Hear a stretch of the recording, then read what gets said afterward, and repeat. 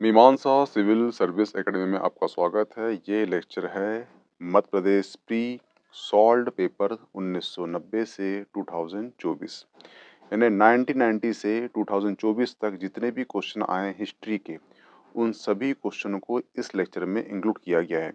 इसका पहला पार्ट हमने कल ला चुका है, ये सेकंड पार्ट है, तो प्लीज़ वो लेक्चर वॉच करना। अभी हाल ही में आपका जो मध्य प्रदेश पीएससी का जो 25 का प्री है उसके लिए काफ़ी हेल्पफुल होगा कि कई बार क्या होता है आयोग जो है वो डायरेक्ट पुराने पेपरों से क्वेश्चन उठा के रख देता है। इसलिए आप ये लेक्चर ध्यान से देखना। इसकी पीडीएफ आपको मीमांसा एकेडमी का जो टेलीग्राम चैनल में प्राप्त हो जाएगी। तो चलिए देखते हैं, ठीक है। इसमें पहला क्वेश्चन है वो है प्राचीन काल में किस वर्ण को सार्थवाह कहा जाता था। तो जो प्राचीन काल हुआ है उसमें जो वैश्य वर्ण हुआ है वैश्य वर्ण को सार्थवाह कहा जाता था। हुआ क्लियर? और ध्यान रखना ये भारत है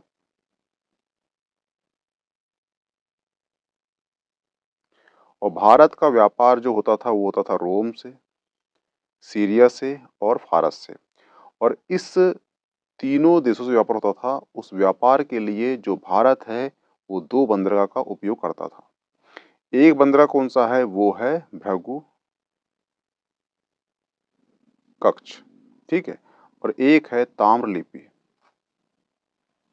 ये दो बंदरगाह ऐसे हैं जो प्राचीन भारत में इनका उपयोग होता था, किसमें?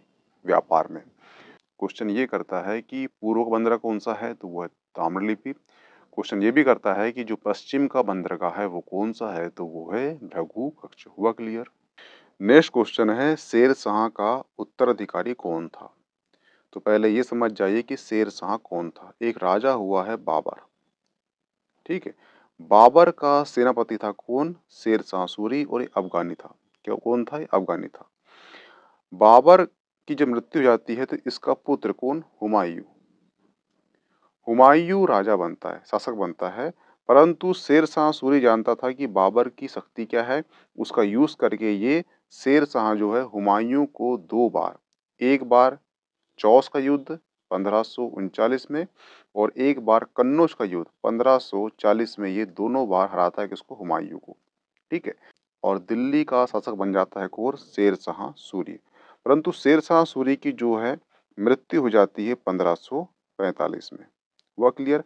और इसका पुत्र होता है कौन? वो होता है जलाल खां। जलाल खां इसका पुत्र होता है जो दिल्ली की जो गद्दी है वहां बैठता है तो एक पदवी धारण करता है, और पदवी कौन सी होती है? वो होती है इस्लाम शाह, ठीक है। तो इसका आंसर क्या होगा? इस्लाम शाह। नेक्स्ट है गुरजी महल किसने बनवाया था। तो ध्यान रखना जो ग्वालियर का एक राजा हुआ है मानसी, इसकी पत्नी हुई है मृगनयनी, और जो मृगनयनी थी ये गुर्जर जाति की थी। और राजा मानसी ने अपनी पत्नी के लिए बनाया था एक महल, और उस महल का नाम जो है उसकी पत्नी की जाति थी कौन सी? गुर्जी जाति। उसके नाम में पड़ गया क्या? गुरजी महल। तो किसने बनाया है गुरजी महल? वो बनाया है मानसी ने। क्यों बनाया था? अपनी पत्नी के लिए। नेक्स्ट है ईस्ट इंडिया कंपनी की प्रारंभिक दौर में वेस्टर्न प्रेसिडेंसी कहाँ थी। तो ध्यान रखना 1608 में कैप्टन हॉकिंस जो है अंग्रेजी जहाज, पहला अंग्रेजी जहाज लेकर कहाँ आता है? वो सूरत आता है। सूरत के बंदरगाह में आता है। ये क्वेश्चन जो केबीसी होता है वहाँ कर लिया था कि पहला अंग्रेजी जहाज लेकर कौन आता है तो वो आता है कैप्टन हॉकिंस। कब आता है? 1608 में आता है। जब ये आता है तो अब पता होगा कि 1498 यानी कि 1498 में वास्को डिगामा जो है ये भारत में आ चुका था, ठीक है। तो सूरत के जो आसपास है यहाँ पुर्तगालियों का शासन था। तो जो अंग्रेज हैं, अंग्रेज ने यहाँ पर जो पुर्तगाली थे उनको हरा दिया। जब हराया तो जो जहांगीर था, जहांगीर इससे हुआ प्रभावित, और जहांगीर ने 1613 में जहांगीर ने अंग्रेजों को एक सूरत में कोठी निर्माण करने की अनुमति दे दी। कहाँ दी? वो दी सूरत में। इसका आंसर क्या होगा? सूरत। हुआ क्लियर? नेक्स्ट है भारत छोड़ो का नारा किसने दिया था। तो ध्यान रखना भारत छोड़ो का नारा दिया था यूसुफ मेहर अली ने, ठीक है। एक और नारा है वो है साइमन गोबेक। साइमन गोबेक का नारा किसने दिया था? वो दिया था यूसुफ मेहर अली ने। जो महात्मा गांधी है, महात्मा गांधी ने 2 नारे दिए थे, एक हे राम करो या मरो, और जो जवाहरलाल नेहरू है उनने नारा दिया था आराम हराम है पूर्ण स्वराज। हुआ क्लियर? नेक्स्ट क्वेश्चन है, ब्रिटिश साम्राज्य पूरी तरह से सड़ चुका है, हर तरह से भ्रष्ट अत्याचारी व हीन है, यह कथन किसके द्वारा किया गया था? तो ध्यान रखना, यह कथन जो है सिस्टर निवेदिता के द्वारा कहा गया था। हुआ क्लियर?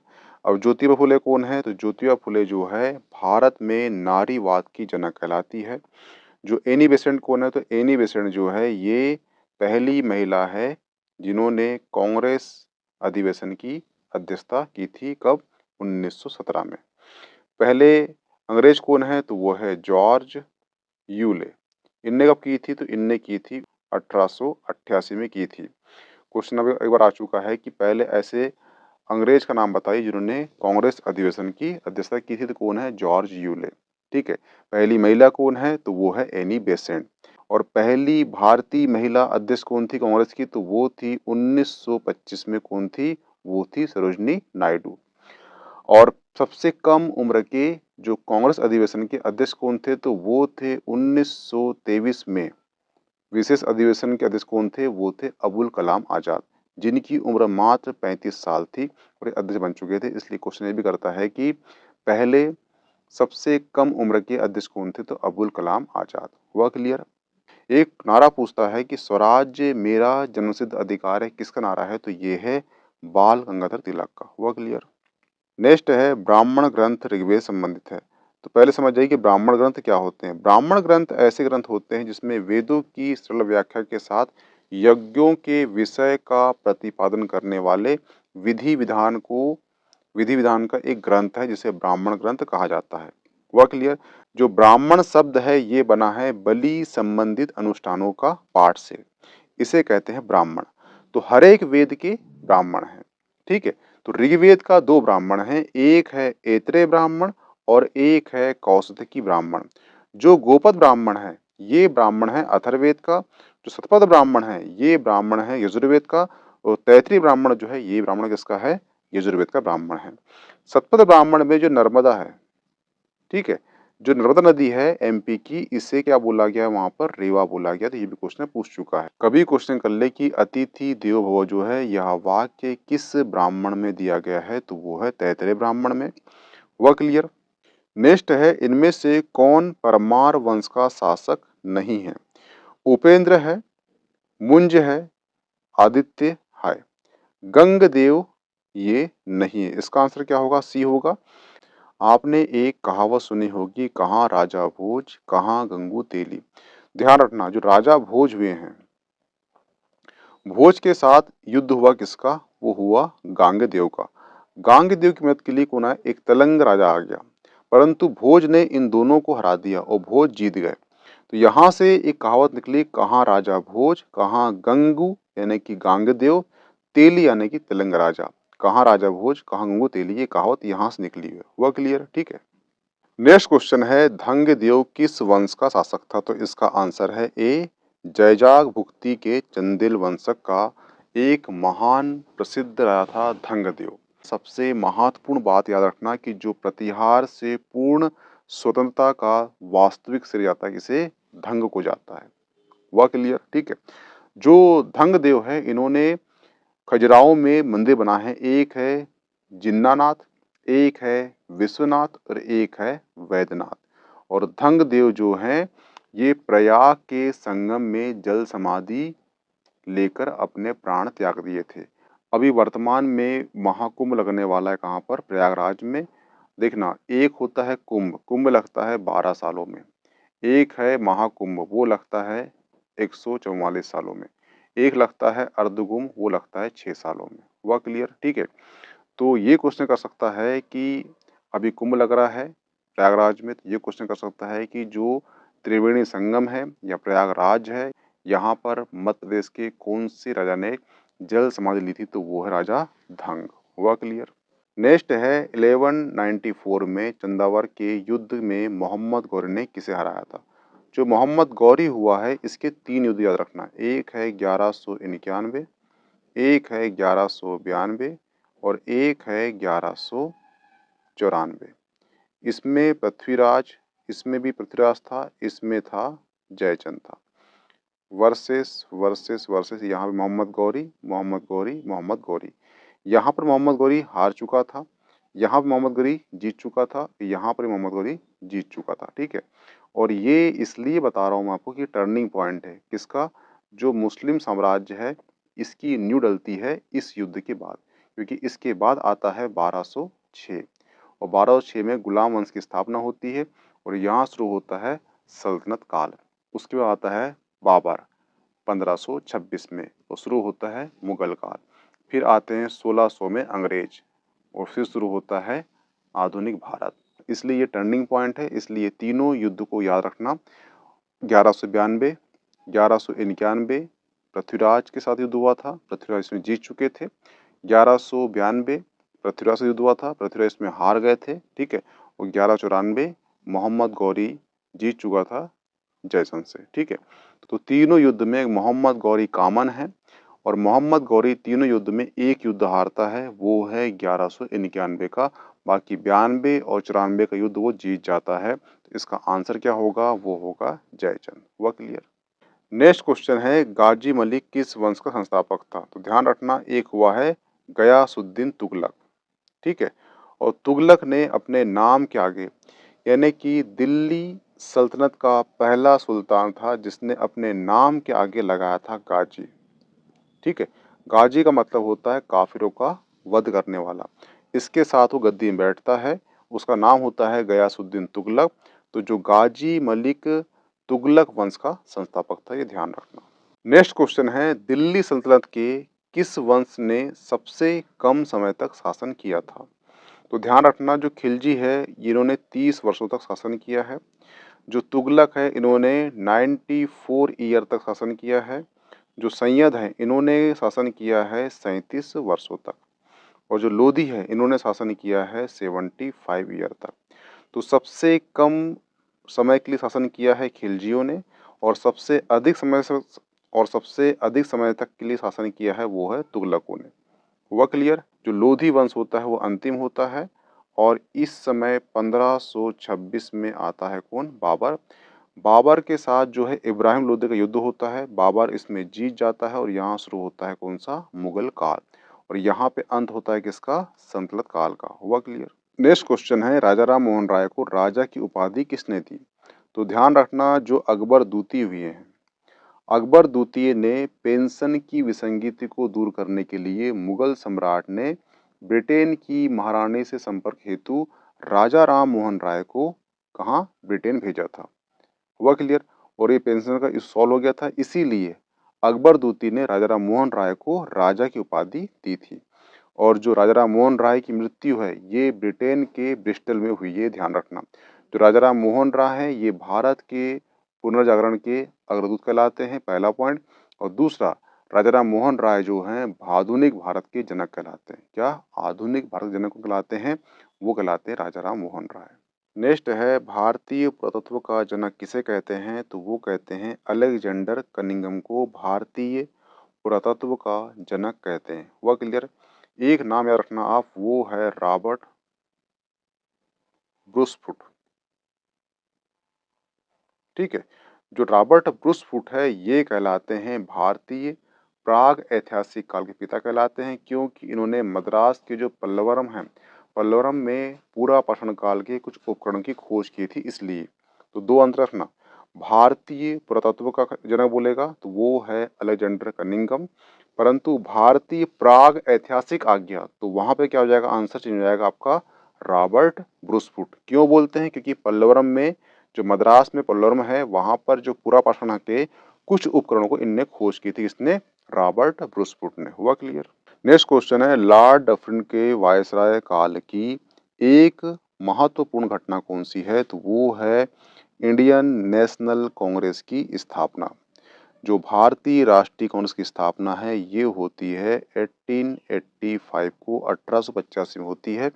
और इस समय जो भारत का होता है वायसराय वो होता है लॉर्ड डफरिन। हुआ क्लियर।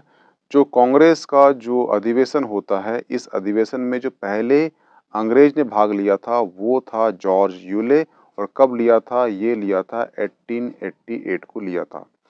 और जो पहली महिला अध्यक्ष होती है वो होती है एनी बेसेंट। ये अध्यक्षता कब करती है? तो ये करती है 1917 को। अब क्वेश्चन पूछेगा आपसे कि पहली भारतीय महिला कौन सी जिन्होंने कांग्रेस की अध्यक्षता की थी? तो वो की थी 1925 को की थी। उसका नाम है सरोजनी नायडू। हुआ क्लियर? ठीक है। एक क्वेश्चन और करता है कि सबसे कम उम्र के कांग्रेस अधिवेशन के अध्यक्ष कौन है? तो वो है अबुल कलाम आजाद, जिन्होंने 1923 का विशेष अधिवेशन का अध्यक्षता की थी, जिनकी उम्र उस टाइम वो थी 35 ईयर थी। इसलिए सबसे कम उम्र पूछेगा आपसे तो वो है अबुल कलाम आजाद। हुआ क्लियर? नेक्स्ट है, इनमें से कौन सबसे कम आयु में भारतीय राष्ट्रीय कांग्रेस का अध्यक्ष बनने वाला पहला व्यक्ति है? तो वो कौन है? वो है अबुल कलाम आजाद। और अबुल कलाम आजाद ने 1923 में विशेष अधिवेशन में इनने अध्यक्षता की थी। तब इनकी उम्र महज 35 वर्ष थी। इसलिए सबसे कम उम्र के अध्यक्ष बनने वाले कौन है? अबुल कलाम आजाद। आपसे क्वेश्चन करेगा कि महात्मा गांधी ने कब भारतीय राष्ट्रीय कांग्रेस की अध्यक्षता की थी? तो वो की थी 1924 में। हुआ क्लियर? पहली महिला कौन थी जिसने अध्यक्षता की थी? वो है एनी बेसेंट। पहली भारतीय महिला कौन थी? तो वो थी सरोजिनी नायडू। पहला अंग्रेज कौन था? वो था जॉर्ज यूले 1888। ठीक है। कांग्रेस की स्थापना कब होती है? तो वो होती है 1885 को। लॉर्ड कौन होता है? लॉर्ड होता है लॉर्ड डफरिन। हुआ क्लियर? नेक्स्ट है, इनमें से द्वितीय गोलमेज सम्मेलन में भाग नहीं लिया था, वो कौन है? ठीक है। तो ध्यान रखना, जो द्वितीय गोलमेज सम्मेलन है इसमें पहली बार और अंतिम बार कांग्रेस ने भाग लिया था। और कांग्रेस की तरफ से भाग लिया था किसने? महात्मा गांधी ने लिया था। इनके साथ जो है महात्मा गांधी के साथ भाग लिए थे महादेव देसाई ने, प्यारेलाल नैयर ने और मदन मोहन मालवीय ने। जवाहरलाल नेहरू ने भाग नहीं लिया था। इसका आंसर क्या होगा? Answer D. नेक्स्ट है, कौन सा पर्यटन स्थल मूर्तिकला का तीर्थ कहलाता है? तो वो है खजुराहो मंदिर, जो है मूर्तिकला का ये तीर्थ कहलाता है। जो खजुराहो है ये छतरपुर जिले में स्थापित है। और खजुराहो के जो मंदिर हैं ये बनाए गए हैं किस द्वारा? चंदेल राजाओं द्वारा बनाए गए हैं। और चंदेल राजाओं में सबसे प्रतापी राजा कौन है? तो वो है विद्याधर और राजा धंग। जो विद्याधर है इन्होंने मंदिर बनाया था, उसका नाम है कंदरिया मंदिर, जो सर्वाधिक प्रसिद्ध मंदिर है।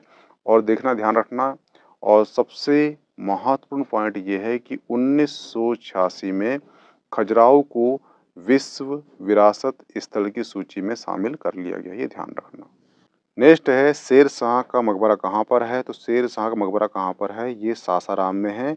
और यह मकबरा जो है हिंदू मुस्लिम संस्कृति का समन्वय माना जाता है। जो शेर शाह सूरी है ये बाबर का सेनापति था। इसने हुमायूं को 1539 के चौस का युद्ध, 1540 में कन्नौज के युद्ध में हरा दिया और शासक बना और शेर शाह सूरी वंश की स्थापना करा। इसका जो बेटा था वो था जलाल खां। ये इस्लाम शाह के नाम से अपनी गद्दी में बैठा था। और शेर शाह की मृत्यु हो जाती है 1545 में, इसकी मृत्यु हो जाती है, ध्यान रखना। और शेर शाह सूरी के ही दरबार में रहते थे कौन? मलिक मोहम्मद जायसी रहते थे। मलिक मोहम्मद जायसी की एक प्रसिद्ध रचना है, वो है पद्मावत। और पद्मावत कहाँ की रानी थी? ये थी चित्तौड़ की रानी थी। और चित्तौड़ की रानी थी जहाँ पे अलाउद्दीन खिलजी ने 1303 में आक्रमण किया था। तो ये सारे फिर जो है आपके महत्वपूर्ण पॉइंट है। नेक्स्ट है, निकोलो कोंटी कौन है? तो निकोलो कोंटी जो है इटली का एक यात्री है जिसने विजयनगर साम्राज्य की यात्रा की थी। ठीक है। और ध्यान रखना, जो निकोलो कोंटी है ये देवराय प्रथम के समय विजयनगर आया था। और जो निकोलो कोंटी है इसने विजयनगर में जो दास प्रथा है उसका विस्तार पूर्वक उसने वर्णन किया था। इसके साथ ही आप ध्यान रखना कि एक अब्दुल रज्जाक है जो फारस का था, ये भी देवराय कृष्णद्वतीय के समय आया था। देखना, जो निकोलो कोंटी है वो देवराय प्रथम किस में आया था, अब्दुल रज्जाक पूछेगा वो फारस से आया था, और देवराय द्वितीय किस में आया था। एक बारबोसा पायस है ये कृष्ण देवराय के समय आया था। एक नुनिज है ये अच्युत देवराय के समय आया था। और एक है निकितन, ये रूस का था और ये बहमनी शासक मोहम्मद तृतीय इसमें आया था। हुआ क्लियर? इतने सारे पॉइंट आपके लिए महत्वपूर्ण है, ये ध्यान रखना। नेक्स्ट है शिवाजी के गुरु का नाम क्या है? तो शिवाजी के गुरु का नाम क्या है? वो है रामदास। रामदास जो है धारकरी, क्या? धारकरी, धारकरी संप्रदाय के प्रमुख संत माने जाते हैं। और जो रामदास है, इन्होंने महाराष्ट्र में राम की पूजा के लिए लोकप्रिय बनाने के लिए इनने काफी महत्वपूर्ण भूमिका निभाई थी। और जो रामदास है, इनकी एक रचना है, ठीक है, रचना कौन सी है? रचना है 10 बोध। हुआ क्लियर? ध्यान रखना, क्वेश्चन पूछता है। तो यहाँ पे आपका जो लेक्चर समाप्त होता है। इसकी पीडीएफ आपको मिल जाएगी मीमांसा एकेडमी में, ठीक है। मिलते हैं नेक्स्ट इसी की सीरीज में। हुआ क्लियर?